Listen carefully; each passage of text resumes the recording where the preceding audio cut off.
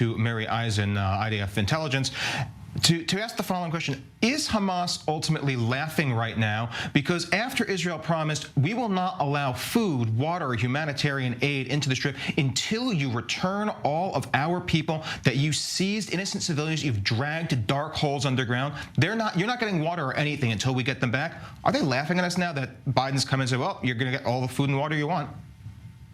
Real Hamas are not laughing right now, but remember that they have a vastly different agenda. I really don't, in that sense, it's like when I share with the audience what Hamas strive for, the destruction of the state of Israel, what they're going to call free Al-Quds, go and kill all of the Jews. No, they're not laughing right now. And at the end, this is part of their agenda. They want to use their own people as their base, as their human shields and the hostages. And that's the complex situation that we are in. Ariel, let's keep ourselves on that higher moral ground. And when Owen, as you said it before, that President Biden demanded, and we in Israel are all gung-ho, and I breathe in deep and say, yes, Hamas has built itself within the Palestinian community, within those 2 million people, but we right now are fighting against Hamas. And our biggest challenge right now as Israelis is to keep on that separation of talking about Hamas, the terror hybrid organization, Hezbollah, the terror organization in Lebanon, because what's going to happen to the Lebanese people who have the exact same type of situation that when we attack, if that opens up in the north, then the Lebanese people are the ones who are going to suffer, just like the Palestinian people in the Gaza Strip.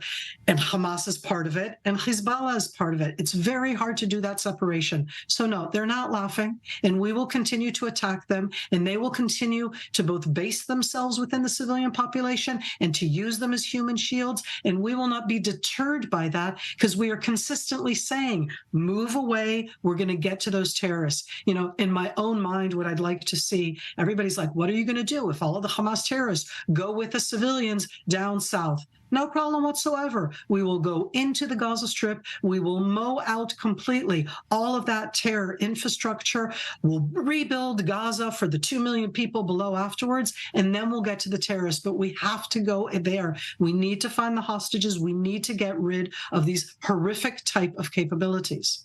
And this discussion that we're having right now has made its way as far as the United Nations. So we're going to be right back at the moment, Miri, as soon as we discuss just what was said by Israel's ambassador to the UN, Gilad Erdan, just the other day.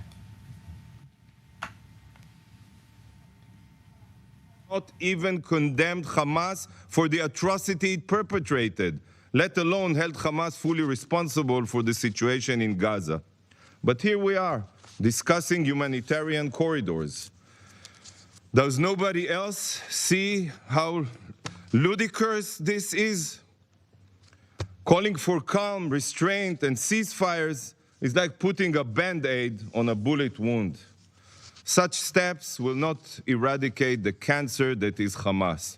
Humanitarian corridors will not prevent the next atrocity. The only thing that will is the utter obliteration of this satanic entity. What are you doing to prevent this evil? This is one of the most abominable instances of forced transfer of populations in the modern era. This is a fallacious justification which Israel claims to be a means of protecting civilians. Third, we must put an end to hate speech, to justification of crimes committed against the Palestinian people, to their demonization. Animals, this is a term that was used by an official of a country which claims to be democratic. This description, these words, were not commented on by other states which continuously talk about the principles of humanity. Fourth, we need to do our utmost to put all efforts to free detainees, hostages, and ensure they are treated in keeping with international law and the principle of humanity. We are working with this vision in mind. We want to establish a ceasefire by taking measures to uphold and guarantee humanitarian access to the Gaza Strip and to mobilize sufficient aid. Coming back to you, Miri, it seems that everybody in the region and in many ways around the world and in Europe seems to be putting the entire onus for humanitarian support for Gaza civilians on Israel, whereas Egypt is sealing the border and says, don't come in, don't touch. They're allowing a few trucks in, but it seems that Israel, the party that was attacked here by genocidal monsters, seems to be the one that has to support the Palestinian civilian population during this.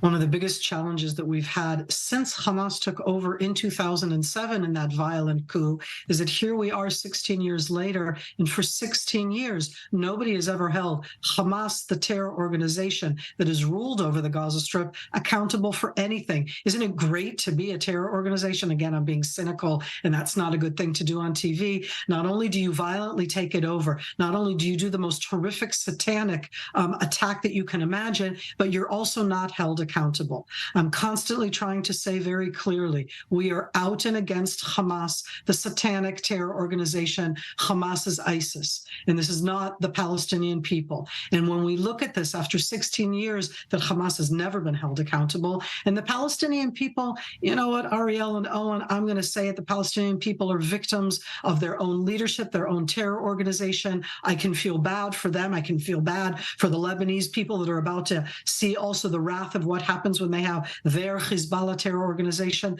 But at the end, I'm going to defend myself. I'm going to be on the higher moral ground. I'm going to support every word that Gilad Erdan, our ambassador at the United Nations, said. I am appalled by the reaction, not of the Egyptians and the Jordanians. They live in a vastly different narrative and framing.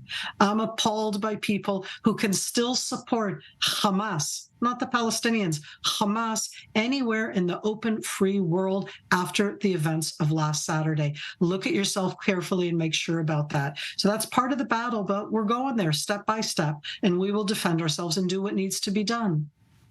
We're going to pass now to Owen Alterman in studio, because we've seen this attempt to ensure that there is a difference drawn between Hamas's murderers